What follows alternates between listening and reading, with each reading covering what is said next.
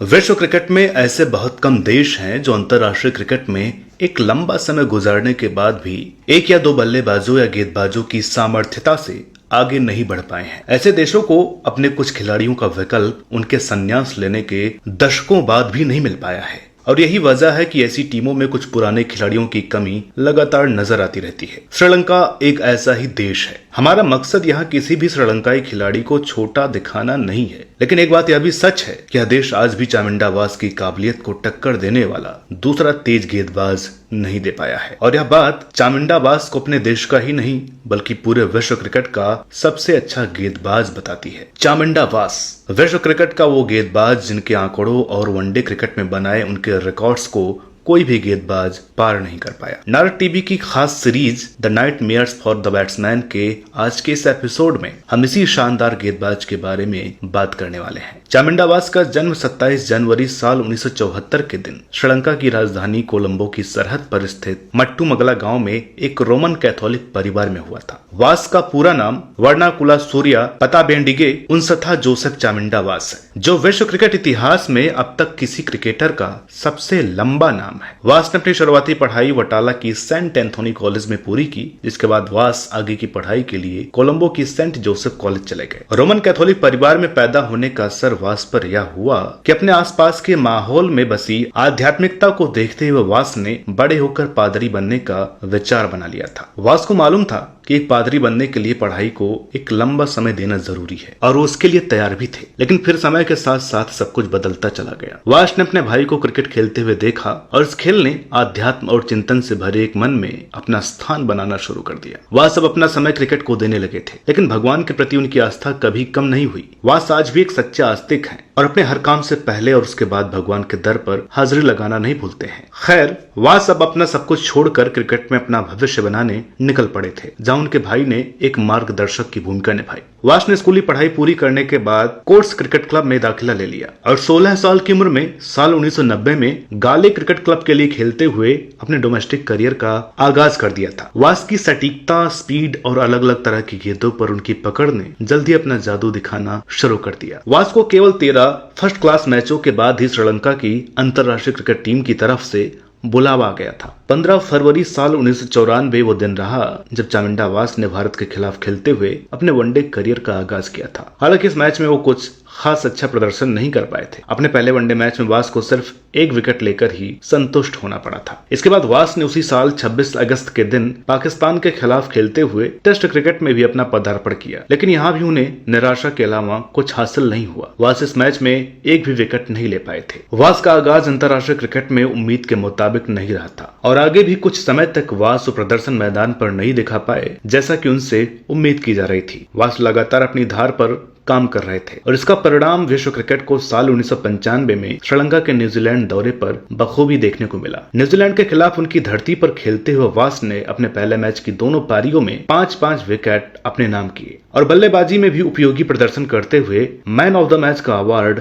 अपने नाम किया। वास की काबिलियत के बलबूते पर श्रीलंका ने न्यूजीलैंड को हराकर विदेशी जमीन पर जीत के सूखे को खत्म किया। वास ने अगले मैच में अपने प्रदर्शन को जारी रखते हुए सीरीज का अपना तीसरा 5 विकेट होल पूरा किया, जिसकी बदौलत वास को एक बार फिर मैन ऑफ द मैच घोषित किया गया। वास का आगाज अंतर्राष्ट्रीय क्रिकेट में उस समय हुआ था जब यह देश विदेशी जमीन पर अपनी पहली टेस्ट जीत दर्ज कराने की कोशिश में लगा हुआ था। यह वो दौर था जब स्पिन गेंदबाजों की धरती माने जाने वाले एशिया के दो देशों भारत और पाकिस्तान ने अपने सबसे काबिल पेस अटैक को खड़ा करना शुरू कर दिया था, लेकिन श्रीलंका की तरफ से कोई आहट नजर नहीं आ रही थी। ऐसे में वास की बदौलत न सिर्फ श्रीलंका को अपना सबसे पहला सर्वश्रेष्ठ तेज गेंदबाज मिला, बल्कि उन्होंने ही विदेशी जमीन पर अपने देश की पहली टेस्ट जीत के सपने को साकार भी किया था। यहाँ से वास श्रीलंकाई क्रिकेट टीम के जरूरी खिलाड़ी बन गए थे। आगे वास को साल 1996 में हुए वनडे विश्व कप के लिए टीम में शामिल किया गया, जहाँ वास ने सभी 6 मैच खेलते हुए अपनी कसी हुई गेंदबाजी की मदद से विश्व क्रिकेट के बड़े बड़े बल्लेबाजों को बांधे रखा, जिसका फायदा वास के साथी गेंदबाजों को मिला और इस टीम वर्क का नतीजा ये रहा कि श्रीलंका ने ऑस्ट्रेलिया को हराकर पहली बार विश्व कप अपने नाम किया। वास अपने शुरुआती करियर के दौरान ऐसे गेंदबाज थे जो सटीक लाइन लेंथ के साथ तेज गति के लिए भी जाने जाते थे, लेकिन समय के साथ उनको पीठ की इंजरीज ने जकड़ लिया, जिसके चलते वास को अपनी गति से समझौता करना पड़ा। लेकिन वास ने हिम्मत बनाए रखी और एक नए एक्शन के साथ फिर से मैदान पर लौटे और अब वास विरोधी बल्लेबाजों के लिए और भी खतरनाक बन गए थे। आगे साल 2001 में वास का कहर जिम्बाब्वे और वेस्टइंडीज जैसी टीमों पर गिरा, जहां वेस्टइंडीज के खिलाफ एक टेस्ट सीरीज के दौरान वास ने 26 विकेट अपने नाम किए थे, जिसमें से 14 विकेट उन्होंने तीसरे टेस्ट मैच में लिए थे। यह कारनामा करने वाले वास इमरान खान के बाद एशिया के दूसरे गेंदबाज थे। वेस्टइंडीज के बाद वास ने जिम्बाब्वे के खिलाफ एक वनडे मैच के दौरान विरोधी टीम के पहले 8 विकेट उखाड़कर सबको हैरान कर दिया था। इन 8 विकेटों में एक हैट्रिक भी शामिल थी। वास से पहले और उनके बाद भी अब तक वनडे मैच में 8 विकेट लेने का कारनामा कोई नहीं कर पाया है। मजे की बात यह रही कि इस मैच के दिन उनकी पत्नी का जन्मदिन था और जब मैच की सुबह वास ने अपनी पत्नी को विश किया था तो उनकी पत्नी ने गिफ्ट के रूप में उनके सामने यह मांग रखी कि वो इस मैच में 7 विकेट लेकर जल्दी मैच खत्म कर दे ताकि वो दोनों शाम को कहीं बाहर जा सकें। हुआ भी कुछ ऐसा ही था। वास के कहर की बदौलत पूरी जिम्बाब्वे की टीम 38 के स्कोर पर सिमट गई थी। आगे वास को अपने करियर में तीसरी बार अपनी टीम को विश्व कप के मंच पर रिप्रेजेंट करने का मौका मिला। 2003 विश्व कप में वास ने अपनी प्रतिभा का प्रदर्शन करते हुए सबसे ज्यादा 23 विकेट अपने नाम किए। बांग्लादेश के खिलाफ खेलते हुए वास ने एक और अविश्वसनीय कारनामे को अंजाम देते हुए क्रिकेट इतिहास में पहली पारी के पहले ओवर की पहली 3 गेंदों में हैट्रिक को अंजाम दिया था। वास की शानदार गेंदबाजी के चलते श्रीलंका ने वर्ल्ड कप में सेमीफाइनल तक का सफर तय किया था। आगे भी वास की बदौलत श्रीलंका ने विदेशी जमीन पर बड़ी बड़ी टीमों के खिलाफ जीत दर्ज की, जिसमें अफ्रीका के खिलाफ उनकी धरती पर सीरीज जीतना भी शामिल था। ये वो दौर भी था जब वास श्रीलंकाई क्रिकेट में सबसे बड़े खिलाड़ी के तौर पर भी उभर रहे थे और इसलिए उन्हें श्रीलंका की वनडे टीम का कप्तान भी बनाया गया। लेकिन वास ने सिर्फ एक मैच के बाद ही कप्तानी को छोड़ दिया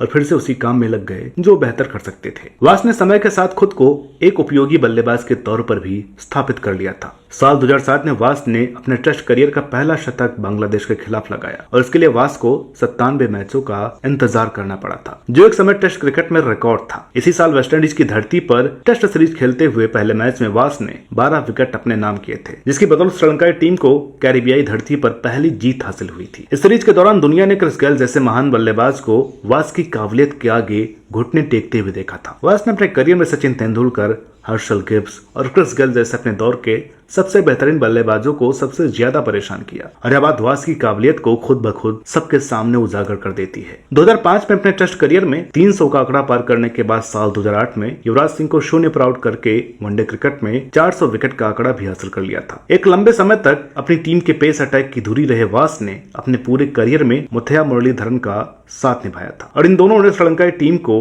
कई बेहतरीन यादें दी जो आज भी इस देश के क्रिकेट इतिहास में सुनहरे अक्षरों में अंकित है। वास ने पाकिस्तान के खिलाफ खेलते हुए साल 2009 में सीरीज के तीसरे मैच के बाद टेस्ट क्रिकेट से संन्यास ले लिया था और बात वनडे क्रिकेट की करें तो वास ने 27 अगस्त साल 2008 को भारत के खिलाफ अपना आखिरी वनडे मैच खेला था। टेस्ट क्रिकेट में 300 विकेट और 3000 रनों का आंकड़ा हासिल करने वाले वास अपने देश के वनडे क्रिकेट इतिहास में सबसे सफल वनडे तेज गेंदबाज हैं। वास ने अपने टेस्ट करियर में 111 मैच खेले थे, जिनमें इनके विकेटों का आंकड़ा 355 रहा। तो वही वनडे क्रिकेट में वास ने अपने 322 मैचों में 400 विकेट लिए थे। हालांकि वास ने वनडे क्रिकेट को साल 2008 में ही अलविदा कह दिया था, लेकिन आपको यह जानकर हैरानी होगी कि साल 2011 वर्ल्ड कप की फाइनल के लिए वास को श्रीलंकाई टीम ने बैकअप गेंदबाज के तौर पर रखा हुआ था, लेकिन कुछ कारणों के चलते वास वो मैच नहीं खेल पाए थे। वास ने अपने दौर के कुछ बहुत बड़े बल्लेबाजों के सामने सबसे बेहतरीन प्रदर्शन किया था, जिसमें सबसे बड़ा नाम सचिन तेंदुलकर का आता है, जिन्हें वास ने वनडे क्रिकेट में सबसे ज्यादा 9 बार आउट किया था। उनके अलावा अफ्रीका के पोलाक और ऑस्ट्रेलिया के ब्रेटली ने भी सचिन को इतनी ही बार पवेलियन भेजा था। सचिन जैसा ही दबदबा वास क्रिस गेल पर भी रखते थे। क्रिस गेल और वास का सामना 6 टेस्ट मैचों में हुआ था, जिसमें गेल ने वास की 137 गेंदों पर मात्र 37 रन बनाए थे और इस दौरान वास ने गेल को 7 बार आउट किया था। इन 7 में से 5 मौके ऐसे थे जिनमें गेल बिना खाता खोले आउट हुए थे। क्रिकेट से संन्यास के बाद वास कोच के तौर पर इस खेल से जुड़े हुए हैं। साल 2012 से शुरू हुए सफर में वास ने न्यूजीलैंड, श्रीलंका, आयरलैंड और यूएई को एक बॉलिंग कोच के तौर पर अपनी सेवाएं दी हैं। श्रीलंका के देश बंधु अवार्ड से सम्मानित वास पर आधारित हमारी यह वीडियो आपको पसंद आई होगी। इसी उम्मीद के साथ आज के इस एपिसोड में बस इतना ही। मिलते हैं आपसे अगली वीडियो में एक और नई कहानी के साथ। तब तक के लिए नमस्कार।